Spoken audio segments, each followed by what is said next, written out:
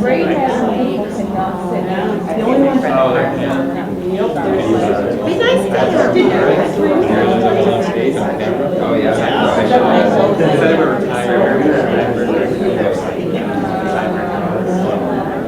This way. Do you guys go freely? Yeah. That was our first. Okay. Hi, everyone. Thank you so much for coming out to the March seminar. This month we're working on food and hospitality, so I thought it would be wonderful to hear from GardenShare. Today we'll be hearing from Gloria, who is a North Country native, but she's been away working on other food issues in Connecticut and has recently returned to the North Country to be the director of GardenShare, which is a local nonprofit seeking to end hunger and strengthen food security in the North Country. After we hear from her, we'll hear from Manny Mano, the director of Aramark here on campus, to hear what sort of options we have available from Clarkson's end of things and where that's going in the future. So I won't take any time, but if you please welcome Gloria and Manny. Thank you so much. Great to be here with you. I am a North Country native, grew up in Governor, and I went to St. Lawrence. And I had not been on this campus since my high school boyfriend was a student here back in the 70s, until I arrived here in January. Now this is my second time on campus, so glad to be here with you. And it's changed a little, as the St. Lawrence campus has changed a little since the 70s. So, but great to be here with you.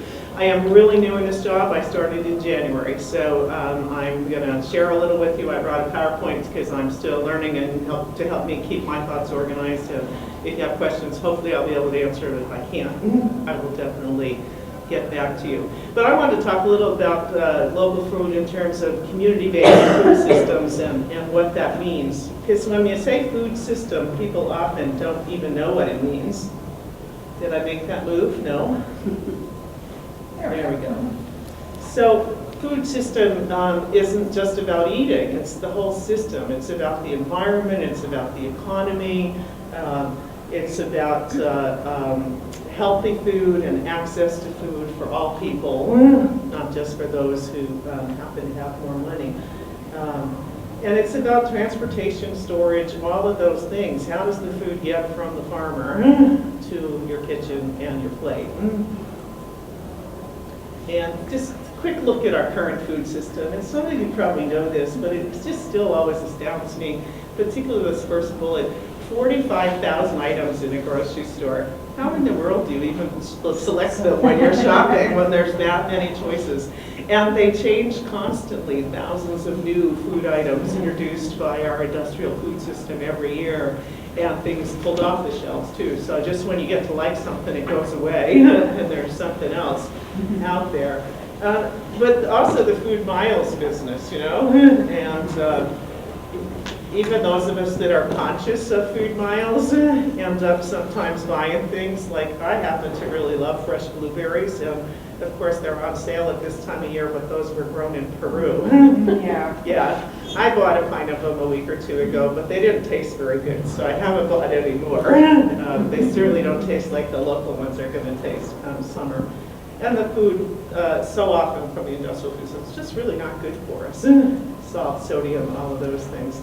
And it's causing all these health issues. So many of our health issues in this country are food and diet related, and changes in diet won't necessarily solve them all, but it will certainly make a difference. And the key thing I think about the food system right now is we're eating more calories. As a society, we're eating more calories, but we're getting less nutrition from those calories. So how do we change that? One way to change it would be by creating these more community-based food systems.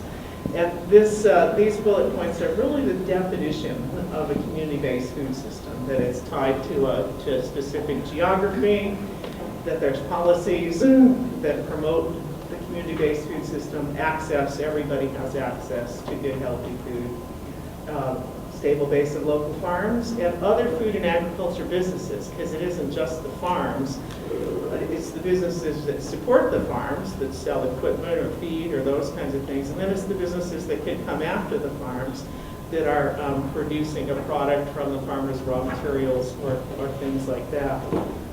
And all those things obviously will contribute to a local economy. So what I'd like to do is just talk for a minute about each of these topics. So the first one being a food system tied to a geography. Manny and I were just talking about this being a challenging geography. You know, we're never going to grow all of our own food locally in the North Country, unless we want a fairly limited diet, I should say. Sure, people in the past did it, but we're probably not going to do that today. And what does local mean? That's such a common question. What does local mean? And there isn't any specific definition of local. Sometimes when you're saying local, you might literally mean St. Lawrence County. Sometimes you might mean it was grown within 100 miles or it was grown in New York State.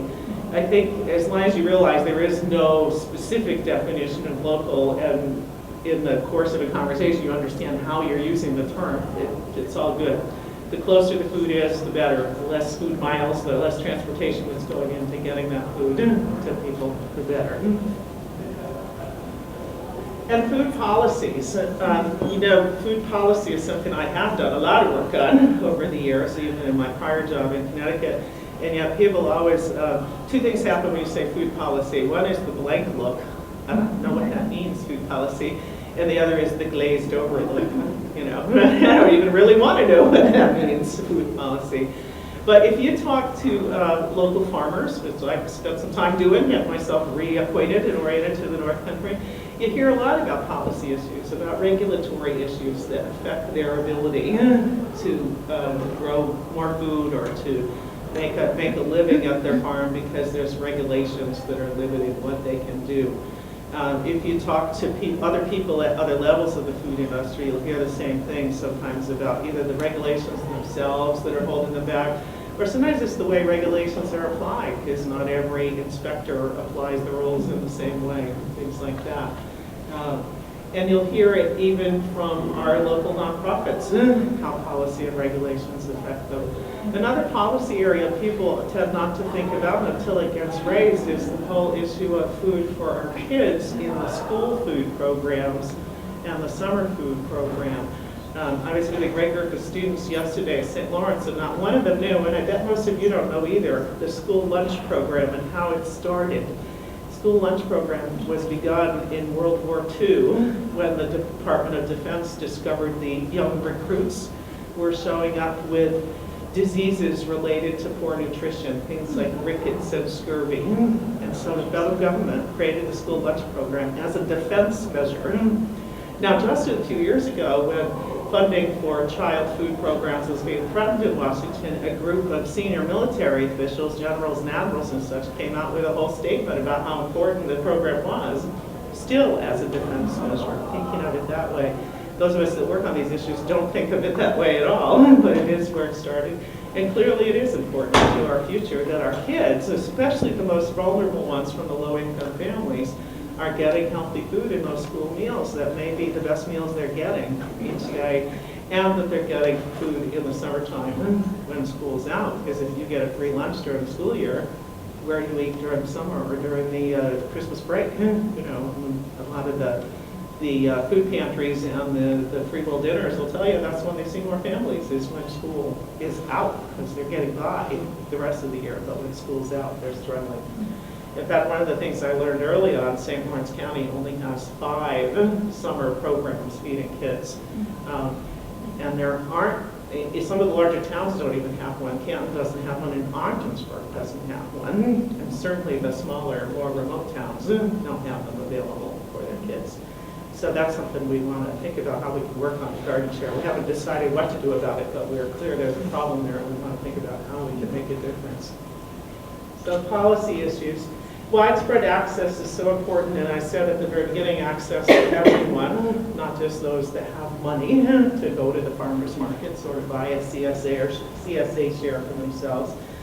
And access is about certainly income and geography. If you're not familiar with that term, food desert, that's as regions, geographic regions, where there's low income and low access to affordable food. And St. Lawrence County has 8 areas that are considered food deserts because the income's low and there's not a grocery store nearby. So people, the reality in the North Country, people, even low-income people, have cars. So they probably are getting into one of the towns or villages to a Price Chopper or a Save-A-Lot. at least some of the time.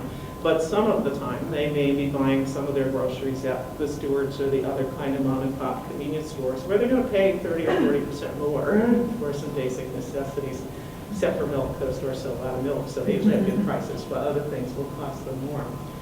But access is also about education. It's about people knowing how to use the healthy food. So it doesn't help to get people connected to the farmers markets or to CSAs if they can't. They don't know what to do with that produce when they get it. And there's a lot of education going on, cooperative extension and other groups doing education, but it doesn't always reach the people that need it the most. So I think that's a particular challenge to figure out as well, probably how do we get to people that need that help the most. And certainly having local farms that are locally owned, family-owned farms and that are strong. I think this is such an economic driver, and sometimes we lose that idea that farms are economic drivers, but certainly in a region like this, they are. And the family farm where the farmer can make a living to support his family is so important to our economy and the rest of our economy, not just farming here in this region. And then finally, as I mentioned, all those other businesses that can create jobs, people that create a product out of, they invent a salsa recipe and create that and start selling it, or the jams and jellies you see at the farmers market, things like that, that are add-on businesses that come from having a healthy farm economy. So let me talk a little about what GardenShare is doing about these things. We are focused primarily in the access and policy areas. And it's actually one of the things that appealed to me in thinking about making this move and taking this job is the idea that we were trying to bring local food and low-income people together. Because my experience in Connecticut, which has a very strong local food movement, was middle class and rich people get this great healthy local food, and poor people still get the crappy cheap food that they can afford. So I loved the idea that we're trying to bring those two together. And we do that in two primary ways. We run those machines at all the farmers markets in the county that let people use their SNAP, which is Supplemental Nutrition Assistance Program. If you're not familiar with it, what used to be called food stamps. But it's now, it's on a card, it's not paper stamps, so you have to have this electronic machine that like you would swipe a credit or debit card through. So GardenShare runs all those machines at all the farmers markets in the county, so people can use their SNAP benefits at every farmers market in St. Lawrence County. And we have been able in the past to raise money to give them some kind of bonus. Last summer, if you swiped a SNAP card for $5, we were able to give you an additional $4 in these vouchers or coupons that you could spend at the market. So you got $9 worth of food for your $5 SNAP expenditure. The other key thing we do to bring that local food to low-income people is our CSA bonus bucks program. CSA is, of course, community supported agriculture, that concept where you buy a share up front from the farmer, and then you pick up a packaged produce every week all growing season. And it's great, and some of you may be CSA members. It is a great bargain over the course of a growing season, almost always. Could have a bad growing season, it wouldn't be. That's part of the point of CSAs. You share the risk with the farmer. The challenge of a CSA for a low-income family is you have to pay all the money up front.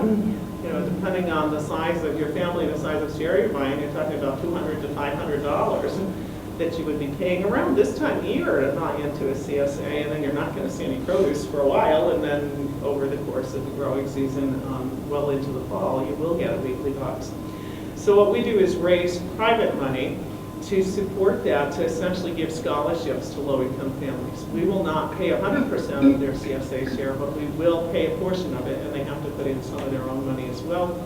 And we've worked with the farmers to let them use their SNAP benefits toward the CSA shares if they want to do that. So they can monthly swipe the SNAP card for a dollar amount that over the season will add up to whatever their share was of the CSA. So that's been very successful for the people it's reached. It's got a lot of capacity to grow, and of course one of the challenges is the poorest people that need it the most are going to be the ones that will be most challenged because they have to pick the food up. They have to go either to the farmer's market or directly to the farm to pick it up.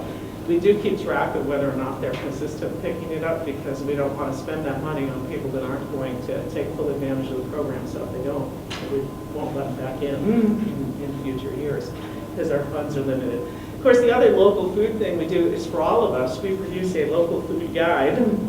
I brought some of the 2014 ones. If some of you haven't seen one, feel one to grab one on the way out.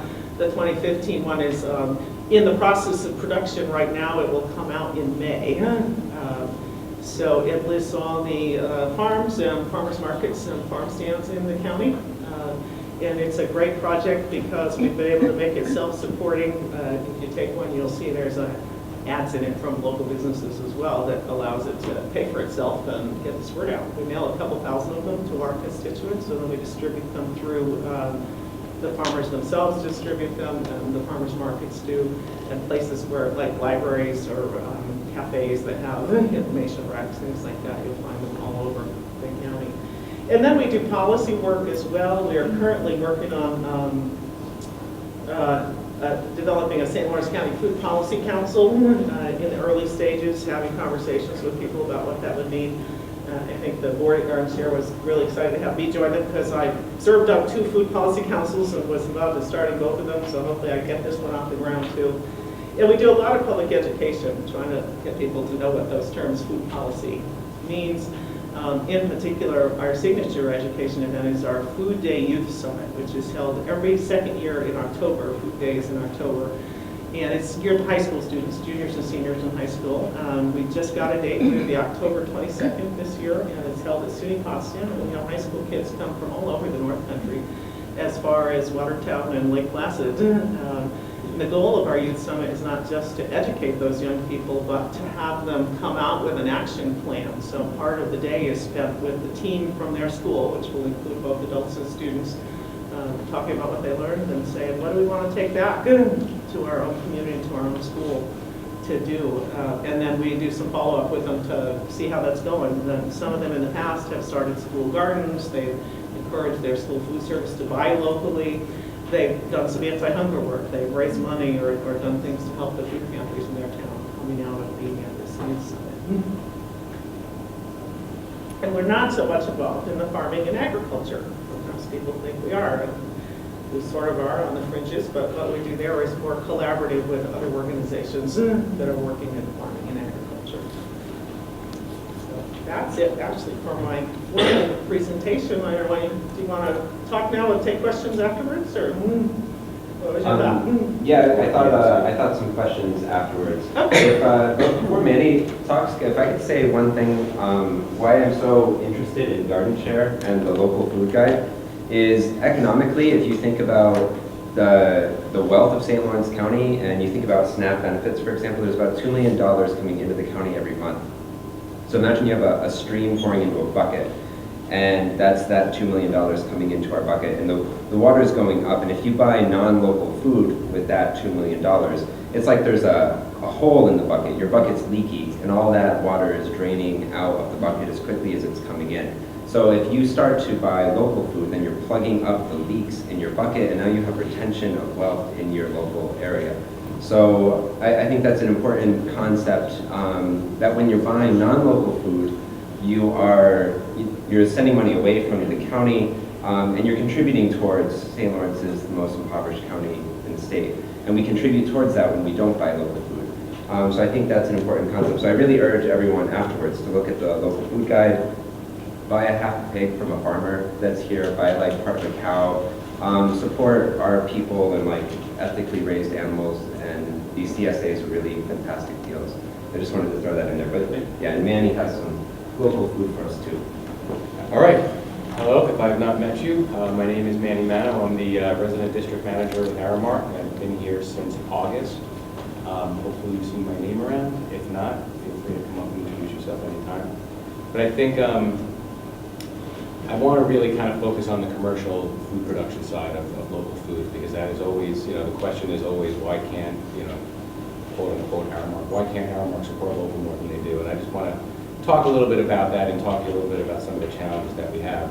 And just really, at the end of the day, it's not that there isn't a desire for really any company. It could be us, it could be Charles, it could be Sodexo, which are really the 3 big competitors in education, dining, it usually boils down to a lack of infrastructure. And because these big companies, the number one focus really is on food safety when we're dealing with large populations, there needs to be a level of infrastructure available from a distribution standpoint so that it is not something as simple as going to the local farmer down the road and purchasing the food.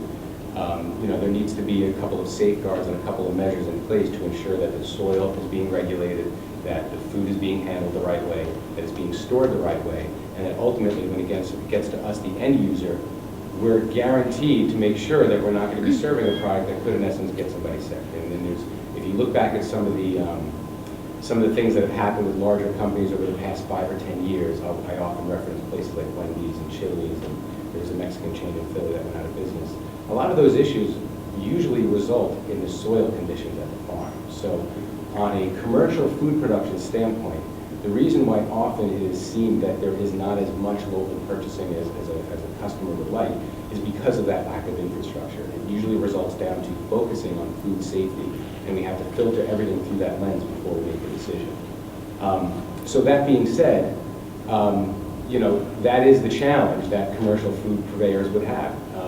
And briefly, we were really just talking about that, and my company has actually worked with the company that Gloria has come from in Connecticut at some other events. So there's a lot of synergy between the large companies and their desire to help the local communities.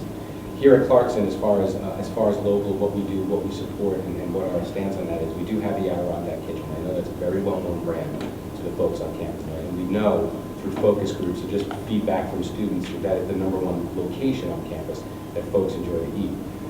In general, about 30 to 35% of all of our food purchasing dollars stays within Lawrence County. And that 30% that I just quoted, that really only represents about 4 different vendors. That's not talking about the Potsdam Food Co-op, which we support a lot, but if I look at all of our food spent throughout the whole year, that doesn't stick out on a page. So if I really just look at, say, like Altieri Bakery, the Bagelry, Renzi Distributors out of Watertown, those 3 right there are representing about 30% of our entire food purchase. And that is a number that I don't know if I would share with our parent company, because I think they would probably want to see that number go the other way. But I think that's a really good indication, at least here at the local level, and I think the same would be true across the country where we have all of our business. At the local level, we're always committed to supporting the community, and I really do I always like to explain to everybody that there might be the name, or you might have a large company over the name of who's doing your dining service, but the actual members that are actually producing your food, we're just all local members of your community also, and we still pay the same taxes, and we're just as invested in supporting local farmers as anybody else is. It's often the lack of infrastructure that becomes a challenge. So we do have about 30% of our yearly food spend goes to local distributors and local vendors that all stay within St. Lawrence County. Gloria briefly mentioned a couple of things, and I think that there's a lot of stuff that I actually feel the same as she does when it comes to the education. And the #1 thing that from our, and again, looking at it from a commercial food production standpoint, is we often get the feedback or the request that, well, there are just no healthy choices, and we're looking for healthier options. And there is this catch-22 within that where convenience really drives a lot of that poor nutrition choices that you get in whether it be a grocery store, a convenience store, or even in a fast food environment. It's that desire to have that convenient, quick food. And Gloria actually mentioned the 2 things that drive that. That would be fat and sodium, right? So those are the 2 ingredients that are really elevated when it comes to convenience. So with us, really in a higher education environment that we're in, we're constantly balancing the needs of the community against the needs of the students who sometimes are literally in between classes or on their way and have to grab something quick, along with the needs of the environment. And it's really a fine balancing act of trying to balance all of those where, how do you really provide that quick, fast, easy grab-and-go option for whether it be that student or that faculty member on the way, while still maintaining that balance of supporting the community and, and really doing right by all the different markets that we're trying to target. A couple other things that we do here on campus, we just recently had our Sustainable Iron Chef competition. We like to really utilize that to really show off and showcase the fact that we support local. The ingredients that we do that are all part of that mystery basket that we create in the Iron Chef, those are all locally sourced. And Gloria did mention that there is no definition to local, and the same would be true for all natural, in case you weren't aware, that there's really no definition against all natural. I'm an all-natural person because I'm just here, right? And so anybody can say that their chicken is all natural, right? In the same way that somebody can say that something is homemade. There's no definition amongst that. But here, at least at Clarkson, when we do these Iron Chef competitions, we do really try to stay within a 50-mile radius. There's a loosened definition of 200 to 250 miles that ties directly to some initiatives that Alex works with in the Institute for Sustainable Environment. But we like to try to keep that definition between 50 miles here.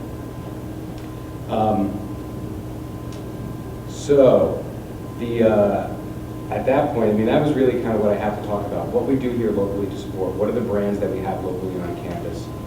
We're consistently committed to doing more than we're currently doing now in the local community.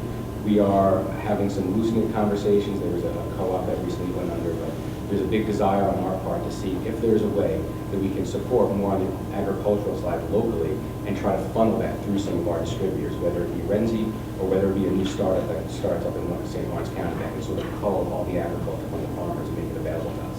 If something like that were to happen, I think that you would very easily also see the other 3 universities jump on board. It's just that little bit of infrastructure that I believe that most larger organizations are waiting for to appear in St. Lawrence, and then most of us would be able to jump on board and increase the commitment that we have to the local community. So that's really all that I have, and by all means, I know there's going to be a Q&A and things usually turn into dining service. By all means, I'm here. If you have any questions, let me know.